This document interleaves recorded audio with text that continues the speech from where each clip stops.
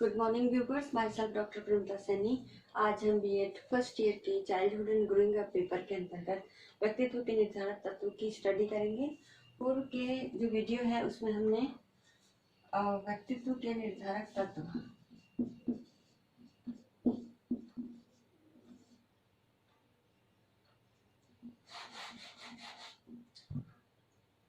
अब व्यक्तित्व के निर्धारक तत्व में 3 तत्व जो है वो हमने पहले स्टडी कर लिए थे। उसमें पहला था शारीरिक तत्व,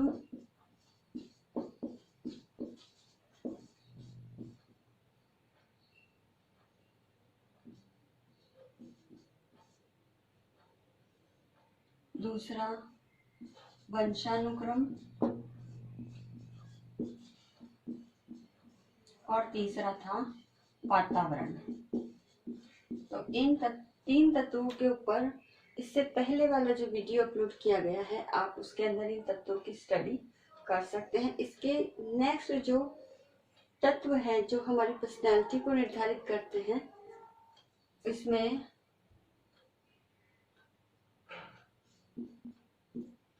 जो 4th तत्व है वह है सांवेगिक तत्व,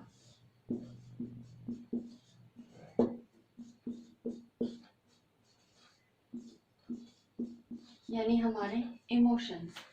हमारे इमोशन भी हमारी पर्सनैलिटी को निर्धारित करते हैं। हमारे इमोशन में अगर हम बात करें तो हमारे इमोशन का प्रभाव हमारे पर्सनैलिटी डेवलपमेंट पे पड़ता है। व्यक्ति के अंदर उसके चाहे आंतरिक जो व्यवहार है, चाहे उसका बाह्य व्यवहार है, जो इंटरनल जो चलता है, चाहे व्यक्ति हम प्रकार के आधार पर देखते हैं तो चाहे अंतर्मुखी व्यक्तित्व वाला व्यक्ति हो, चाहे बाह्यमुखी व्यक्तित्व वाला व्यक्ति हो, तो उस व्यक्तित्व के आधार पर ही उसके अंदर जो संवेग है वो संवेग उसके व्यवहार के माध्यम से प्रदर्शित होते हैं।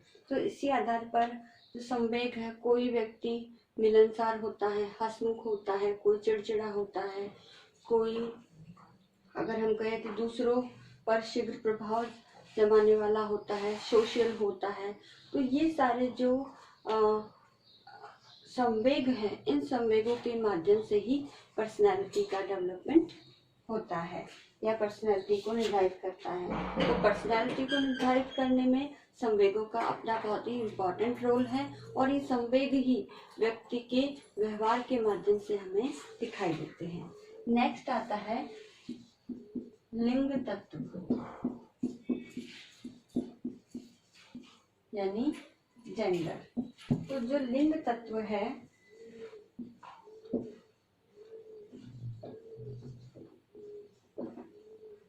लिंग तत्व, लिंग का मतलब स्त्री और पुरुष का जो बायोलॉजिकल स्ट्रक्चर है वह, और सोसाइटी के द्वारा जो उससे कार्य, एक उसके कार्य के आधार पर जो उसको विभाजन किया गया है, वह ही हमारे जेंडर को डिफाइन करता है। तो स्त्री और पुरुष का भान। अब स्त्री और पुरुष के लिए कहा जाता है कि पुरुष बहुत साहसी होते हैं और निर्भीक होते हैं कंपैरेटिव स्त्रियों के, और स्त्रियों के लिए कहा जाता है कि ये कमजोर है और सदैव सेकंड सिटीजन के नाम से भी इसे संबोधित किया जाता है। भीरू होती है, लज्जाशील होती है, संकोची होती है, जल्दी से किसी कार्य को परफॉर्म नहीं कर पाती है। तो इन्हीं जो लिंग तत्व है, लिंग तत्व के इन्हीं तत्वों की विशेषताओं के आधार पर उसका व्यक्तित्व भी डिफाइन होता है। लेकिन आज के इस आधुनिक समय में अपवाद भी है, क्योंकि जेंडर के आधार पर ये नहीं है कि अगर स्त्री है तो वो कोई कार्य नहीं कर सकती, बल्कि आज जीवन के हर एक क्षेत्र में स्त्रियों ने अपनी एक परचम लहराया है। तो उसी के आधार पर उसकी पर्सनैलिटी को देखा जाता है। तो पर्सनैलिटी के अंदर जो लिंग तत्व है वह भी पर्सनैलिटी को निर्धारित करने में अपनी महत्वपूर्ण भूमिका अदा करता है। नेक्स्ट होता 6 है, वह है मानसिक तत्व।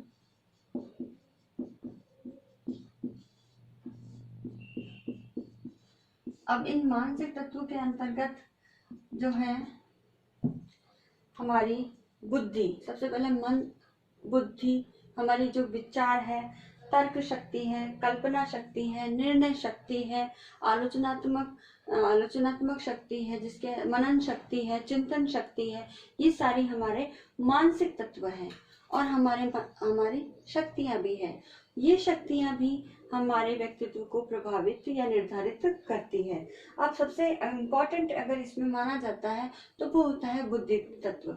बुद्धि तत्व एक ऐसा तत्व है जो व्यक्ति के व्यवहार में जब परिलक्षित होता है तो व्यक्ति को हम बुद्धिमान मानते हैं, और जिसमें बुद्धि तत्व की प्रधानता कम होती है हम उसे या तो बिल्कुल मूर्ख, उल्लू, इस तरह के शब्दों से हम उसे संबोधित करते हैं। तो वह जो मानसिक तत्व है यह भी हमारे व्यक्तित्व को निर्धारित करता है। नेक्स्ट आता है इसमें सांस्कृतिक तत्व।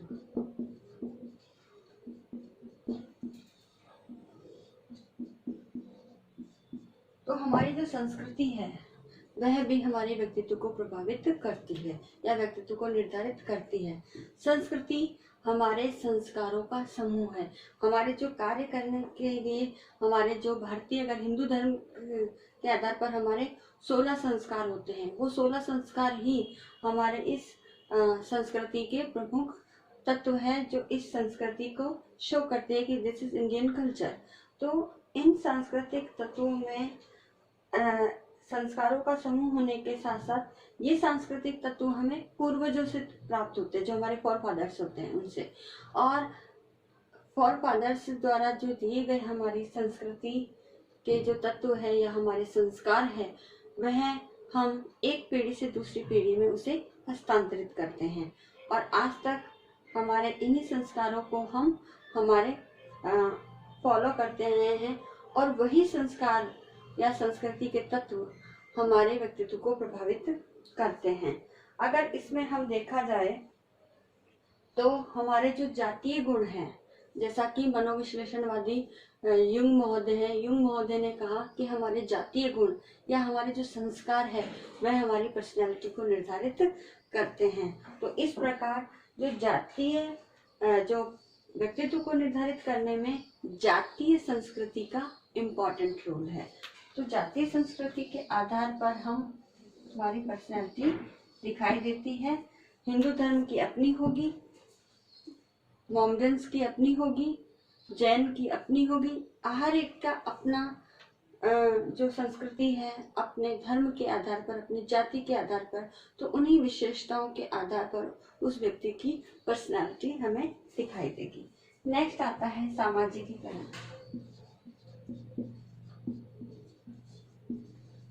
तो सामाजिकरण भी हमारी पर्सनैलिटी का एक इम्पॉर्टेंट फैक्टर है। सामाजिकरण से तात्पर्य है कि व्यक्ति अपने समाज के अंदर कितना एडजस्ट होता है, या यूँ कहें कि समाज की जो मर्यादाएं हैं, विश्वास है, नीति नियम है, जो भी तौर तरीके हैं, उनको कितना फॉलो करता है, और उनको फॉलो करके अपने जीवन के साथ उससे कितना एडजस्ट होने की जो प्रोसेस है, दैट इज कॉल्ड सोशलाइजेशन या समाजीकरण। तो इस समाजीकरण के अंदर भी मनुष्य के अंदर समाजीकरण की प्रक्रिया यानी वो कितना सोशल है, कितना समाज में कोऑपरेट करता है, सहयोग करते हुए अपने जीवन का निर्वाह करता है, तो ये सामाजिकरण का भी होना आवश्यक है। और ये सामाजिकरण भी व्यक्ति के व्यक्तित्व को निर्धारित करता है। इस प्रकार व्यक्तित्व को प्रभावित करने वाले और भी अन्य कारक हैं, जिसमें हम मनोवैज्ञानिक कारकों को भी ले सकते हैं। मैं यहाँ इसको लिख देती हूँ 9th पॉइंट करके, मनोवैज्ञानिक कारक जो हमारे व्यक्तित्व को निर्धारित करते हैं। तो मनोवैज्ञानिक कारकों की अगर मैं बात कहूँ तो इसमें हमारे जो हैं अभिप्रेरणा आती है, चरित्र हमारा है, साथ ही बौद्धिक क्षमताएं, रुचियां, अभिवृत्तियां, ये सब आती है जो हमारे इस मनोवैज्ञानिक कारकों के अंतर्गत शामिल की जाती है। तो ये सभी जो कारक हैं वो हमारे पर्सनैलिटी को निर्धारित करते हैं, हमारी पर्सनैलिटी को प्रभावित भी करते हैं। इस प्रकार उपरोक्त ये सभी कारक हमारी पर्सनैलिटी को भी निर्धारित करते हैं और हमारे पर्सनैलिटी को प्रभावित भी करते हैं। तो आज की इस वीडियो में हमने उपरोक्त इन सभी कारकों की स्टडी की। तो आप अभी सभी इनके नोट्स भी बनाइएगा।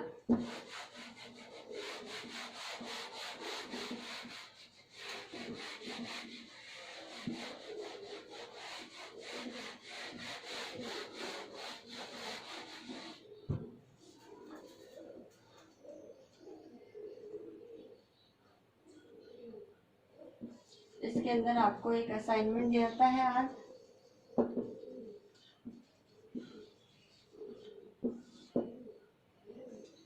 कि व्यक्तित्व को निर्धारित करने वाले तत्वों को स्पष्ट कीजिए। तो आपको ये जो तत्व आज और पिछले वीडियो में बताए हैं, आप उनको दिए गए जो वीडियोस है, इसके अंदर दिए गए जो कंटेंट नॉलेज है, उसके आधार पर आप इसके आंसर्स को लिखिएगा। साथ ही इस कोरोना महामारी के दौर में आप अपने घर में रहिएगा, सुरक्षित रहिएगा और राज्य सरकार द्वारा जारी जो भी गाइडलाइन है समय समय पर जारी हो रही है उसको फॉलो कीजिए। आई होप ये वीडियो आपके लिए यूजफुल होगा। So thank you.